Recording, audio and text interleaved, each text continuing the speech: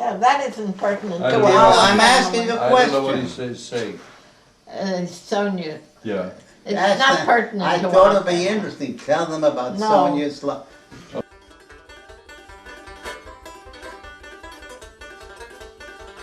In terms of my Jewish identity as an American and as a Jew, and I'm not religious, I always had some mixed feelings, not mixed, but I was discontent with the way I brought Jewishness into my home, into our home, Lillian and I, to where we lived. And particularly where there were no Jewish families to speak of in Guilford. Years later, well, there were some, but they were scattered around in 3 or 4 small towns.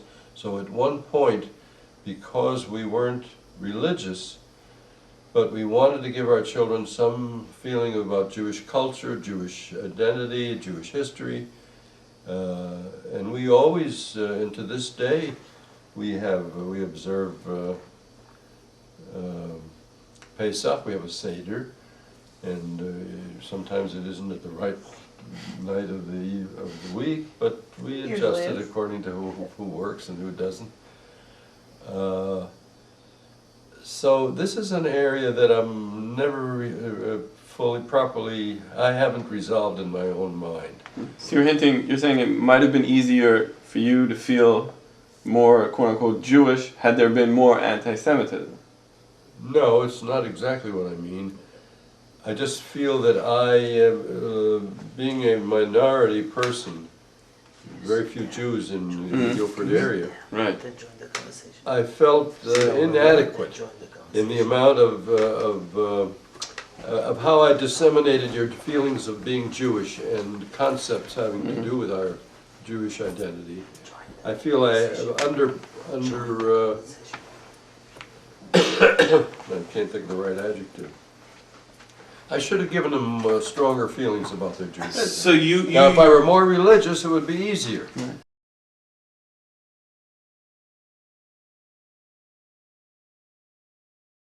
Was there anything about World War II itself in terms of the Holocaust and how the Jews were treated that helped you, or to help to reinforce a separation of your interest in religion? I know that what you're saying is that your parents were not as religious as your great-grandparents, partly for reasons of trying to fit in this country, maybe, but also, I mean, was there anything about the actual, psychological effects of the war and this effort to exterminate Jews that you felt you internalized, or that had any effect on how you raised your children? I haven't put my finger on a good way to identify the Holocaust, the result of World War II, and how Jews were slaughtered in such enormous numbers. I don't know. I think part of it Grandpa, can you answer the same question? I don't think that situation affected you or me very much. You came out of the army, you had a young wife and a family, Right. and you turned to what was the easiest thing for you to do. But- Your in-laws were doing okay, so you turned to them. But you could have done both. You could have had a greater leaning toward your roots Mick, Well, and he had a more religious upbringing than I did. He's a very his good- family There's a did not give him Galanter anything. no, that's true. His family gave him a They negative didn't give him any attitude, religious. not a Right. positive. Yeah. Certainly a His strong father Jewish and family. his mother were totally anti. But not anti-Jewish, No, they were but anti-religious. They felt Yeah, They were, Or they were Orthodox. involved in activities as one a at result. a time. they were totally anti-religious. I still have somewhere in our house a thing called the Black Book that my mother, I remember they were instrumental in trying to help other people, about the horrors of the Holocaust. I know, yeah. And But that didn't so affect, that's not religion, no, no. but that's trying to evoke some, It's don't know. possible that if your parents had been more acceptable to religion, you might have turned. And then you must remember this. You lived in Connecticut it was very difficult for you to get your kids to a Jewish education. Well, I described to you There was our effort. nothing there. I described our efforts to get a group of 15, 16, 20 families to You provide live in our variety of Yiddishkeit. Because you wanted it free. I didn't But want it. I didn't free. want the religion, And if but I wanted to hold on to the Jewish identity. not enough to get a man to come twice or three times a week to this group and pay him a decent salary and give the children Well, if you don't. a more concentrated knowledge. Well, but I don't know. I assume that the 3 times a week involved learning a little bit, learning Hebrew, learning how to daven, learning how to like film. Maybe not. And those things I didn't want to give them. What? Look, this I isn't didn't believe in them. this isn't part of our. No, it isn't. It Our isn't. family. And I'm sure these are issues that Israeli Jews. Yeah. contend.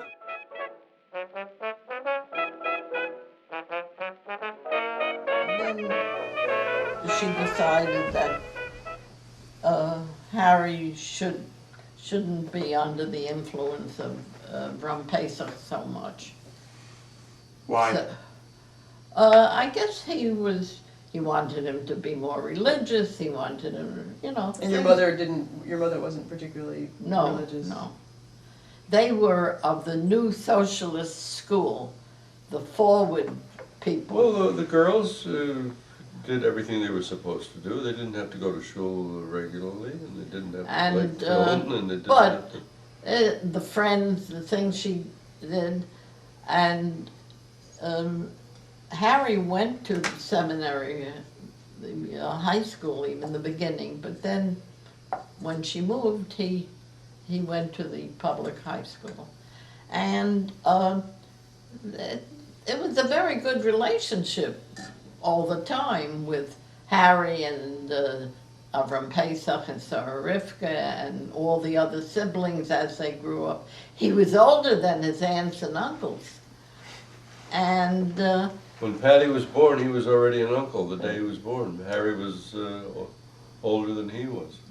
and then Al was already in Minnesota doing okay, and Harry was about 17 when they said, well, let him go west, maybe he'll do all right. And Al's there, and cousins, the Pousins, and he lived, I think, with the Pousins, and then with Al and Naomi. And he met Rose. She was a native of St. Paul. But she was from an upper class Jewish Yeah. background. She, Class meaning German Jewish? no, Well, not I don't German. know. No, But they were Lu- well Lutvaks. off and had They were Lutvaks. more What's that, respect. Lithuania? Yeah. Yeah. And no, the They count. were Litvaks? Yes. I didn't. Rose was a that's Lutvak. terrible. No, Rose was a Lutvak, and there were the Kalmansons and the Bernsteins. Yeah, they were. The only two Jewish families in St. Paul, on the Twin Cities, and they mushroomed and they had their own, built a temple, a synagogue.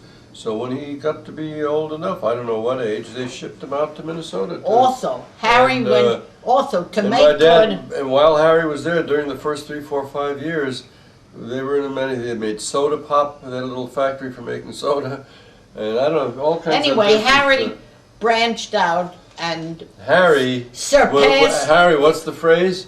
A do good, an all right. All right, Nick. Right. Harry was we'll ask you truly later an about alright. Leah and Harry. We'll get there. I just want He Well, he was surpassed a very rich man. Al. Harry was So the all right he thing took in the Al family. into the business.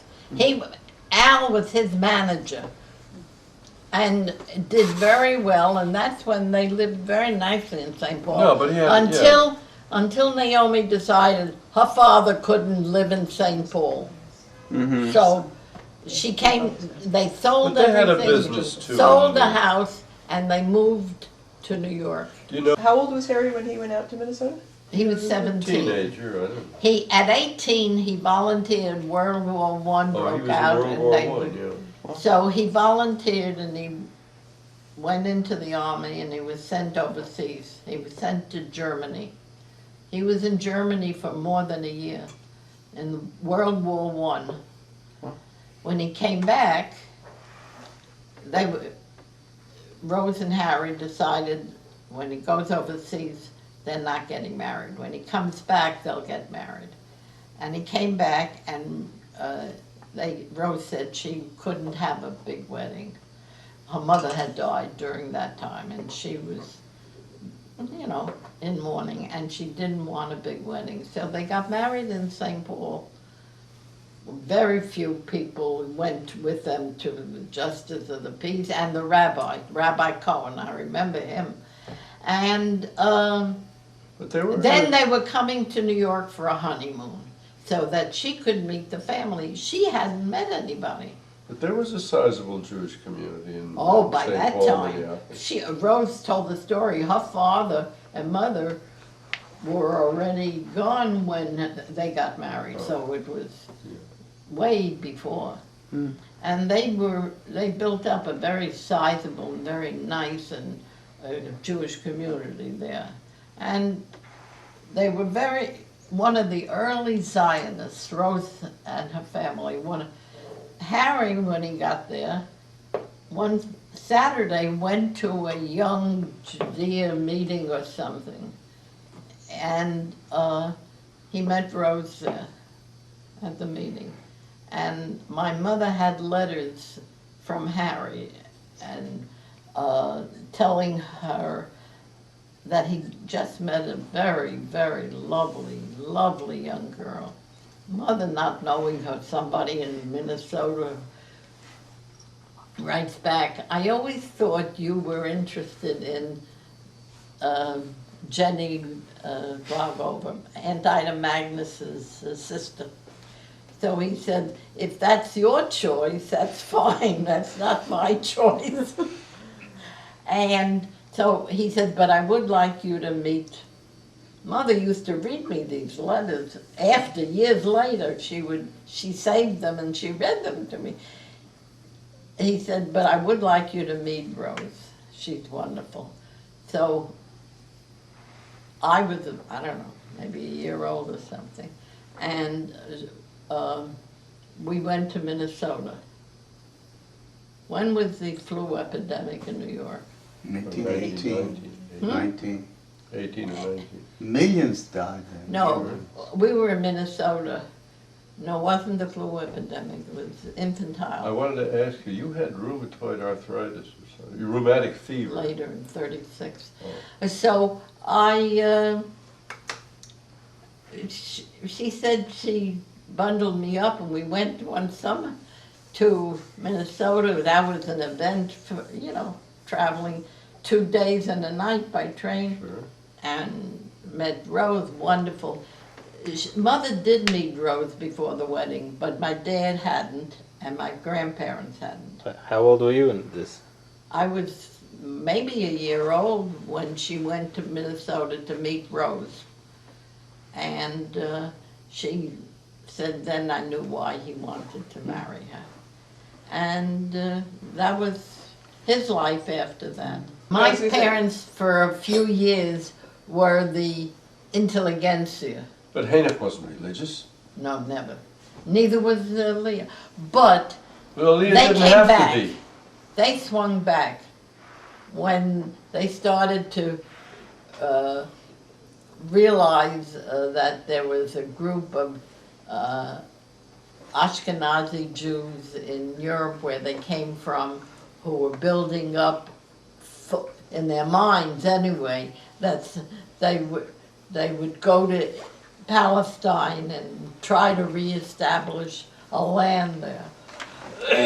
They swung back not to any form of ritualism, but Go ahead, to take what you want. a Yiddishkeit and a Zionist.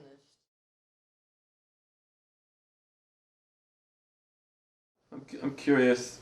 You grew up and when you went to grade school, for example. The people that lived around you, this was a sort of an ethnic neighborhood, wasn't it? And people who had a similar background to yours, Eastern Yeah, they were European all Jewish Jews. immigrants. Maybe the Jewish, sure, American. Yeah, pretty much. Mhm.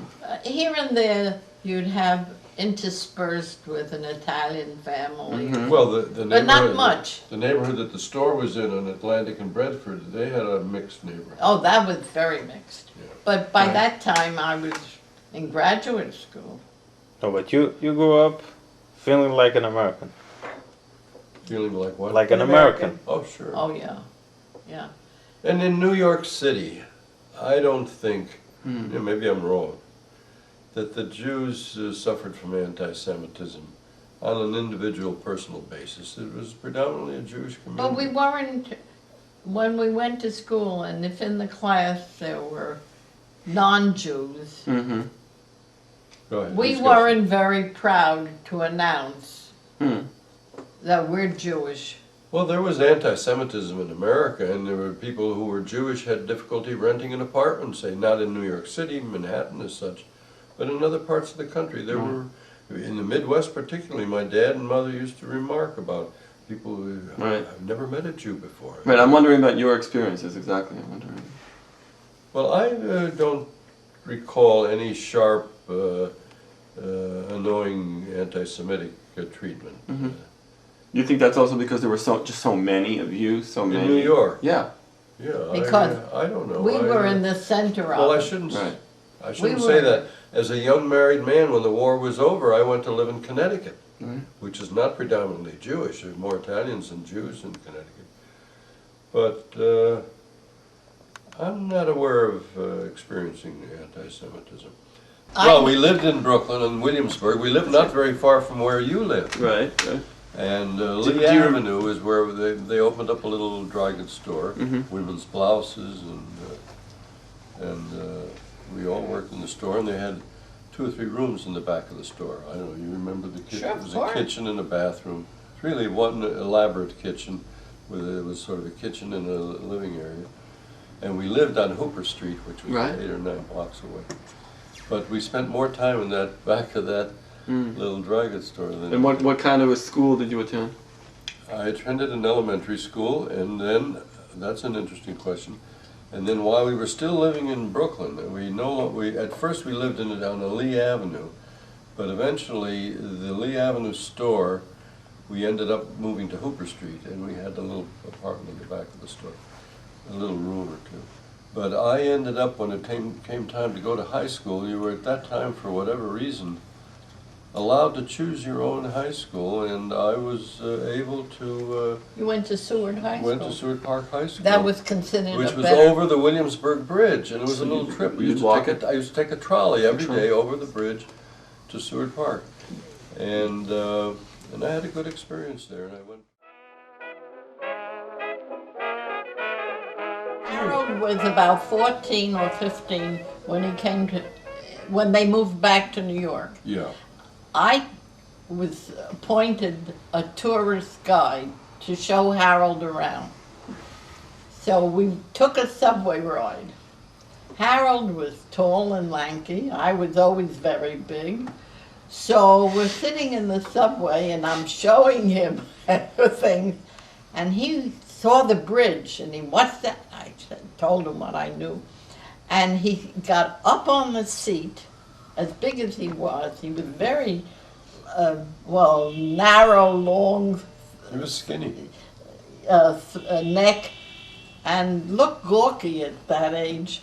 And he got up on the seat and to get a better view of the bridge as we were going across. Well, I was so embarrassed. I thought, well, the last time I ever take him anywhere.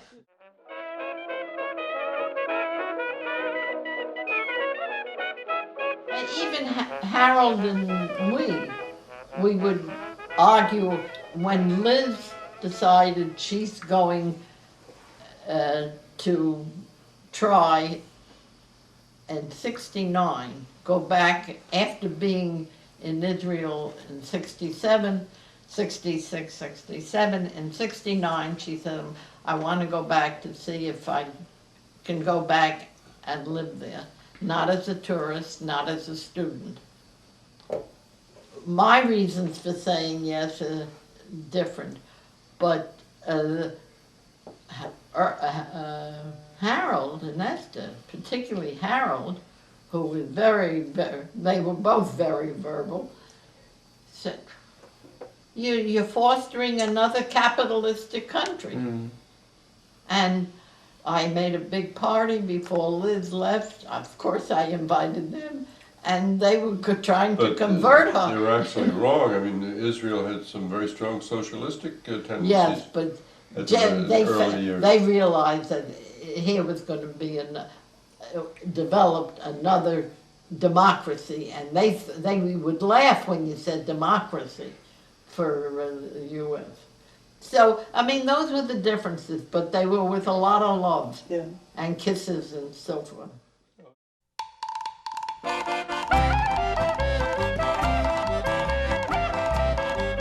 was very good coffee, thanks. But your family, where's your family from? My family came from the Ukraine and Russia, in the Soviet Union, not in Russia, the Soviet Union. And I always kid people, I say that I swam the Dnieper River. Dnieper River was a large river in the Ukraine. Anyway, my father and mother were married in Europe. They had a child there, a girl, I understand. The child didn't live. I don't know how long the child lived. And then my father came to America himself. When?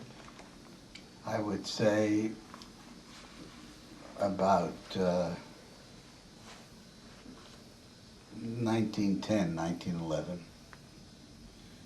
And was here for about 3 years alone. Lived in a boarding house room somewhere, saved every single penny he could to bring his young wife over. Finally, in 1913, he brought my mother over here, and life was typical of that group of Jews who came from Russia and from Poland. It wasn't an easy life, it was difficult. Making a living was a tough, tough thing. My father came here, he became a dress presser. He pressed dresses. How many hours a day did he work? How many hours a day would you say he worked? I don't know. It was certainly not a 7-hour day. There were weeks that I didn't see my father. Even Saturday he worked. Come home late Saturday evening. Anyway, Cal was born in January of 1914. And 19 months later, the twins came. And you can well imagine the difficulties. No help in the house. No help of any sort. I often kid my brother Cal. At 2 years old, he went shopping, that sort of thing. But that's the way they lived. And we grew up. Hebrew school was very important to my parents. We were registered in the Hebrew school before we even went to public school. We entered public school at 6 years old. We were already in Hebrew school. We lived on the east side, 709 East 5th Street, on the 3rd floor. And it was a polyglot of nations there. There were Italians, there were mid-Europeans, there were not only Jews, there were all nationalities In there. the neighborhood or in the building itself? In the building itself and in the area. Today, I don't know what the area. We did go down there once to see. The building didn't exist anymore. So it's around Avenue C, Avenue D, that area. Avenue C and D. We were blocked from the river.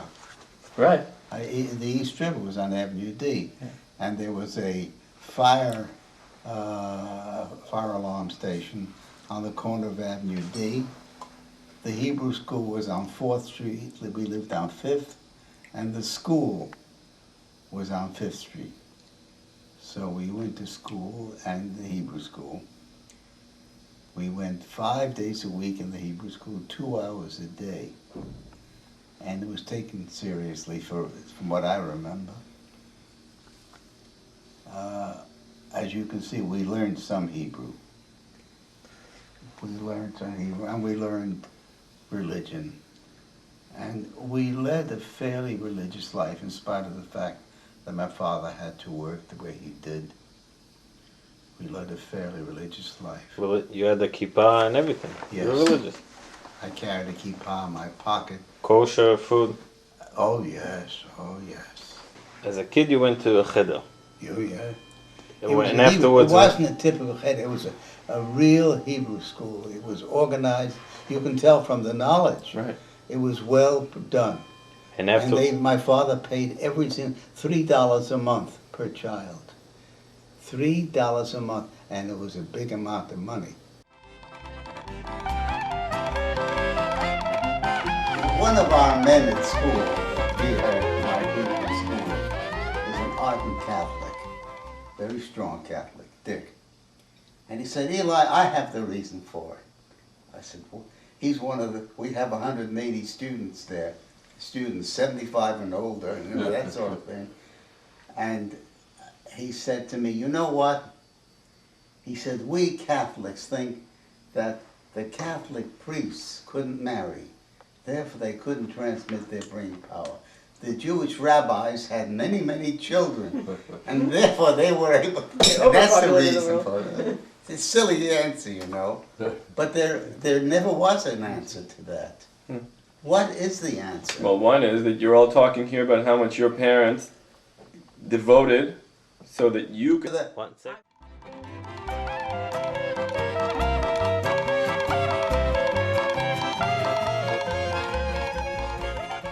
I was wondering, you were showing us this letter before, this thing that you'd written. Can you tell us what that is? I should. He can't believe that I wrote this. Tell us about it. You copied, somebody wrote it and you copied it? It could very well be true. Tell us about it. Oh, well, in those years there was a Jewish Education Association that did a lot of good work in Hebrew education for the East Side, particularly the poverty on the East Side. And to encourage the attendance and the study, they would send the best children of each Hebrew school to camp for 3 weeks during the summer. Central Jewish CJI camp in Port Jervis, New York. And I was fortunate, for 2 years I was sent. And in October or November of that year, they had a big affair at a big hotel, Hotel Astor, which was the hotel in those years, like the Waldorf today. And they had a big affair, and somebody would thank them for it. So they picked me. I was big in those days. They picked me, and they put me on a table, literally. You remember? Yeah. They put me on it, and the chair wasn't enough. Put me on a table, and I read this speech to them. I guarantee they didn't know what it was. They couldn't understand it at all. But they had to show that the youth was thanking them for it. Anyway, this was... why I kept it, I don't know. How old were you? I was 10 and 11, I think, for the 2 years that I went to camp. To me, it was like another world. Oh, did you see my postcard? I had a postcard here. Wait. Where is it? Oh, here it is. Here. Here's the original of the postcard. Look at that. And Mr. M. Mintz, 709 East 5th Street, New York City, July 6, 1925. So you were 10 years old? 10 Wow. years. I said 10, 11, yeah. Yeah. And I said here, I can't, Avosai, Yikarim v'hatovim, notnim lonu, they give us, I don't want to read it in Hebrew. Read it in Hebrew, yeah, go ahead. Notnim lonu lechol baboker lechem v'chalav chemor ברוך אתה צהריים נותנים לנו לשתות מים ובשר וגם לחם. נותנים לנו בשר ולחם וגם נותנים לנו ice cream in English. מכתב שתכתבו לי, אני מבקש שתכתבו שלומת כל המשפחה. ואם תשאלו מה שלומי, אני אומר לכם, עכשיו שלומי טוב מאוד. לא יכול שלומי להיות יותר טובה. Wow. מעכשיו, לא יכול שלומי להיות יותר טובה מעכשיו. This is better than the speech, because this he really wrote. Oh,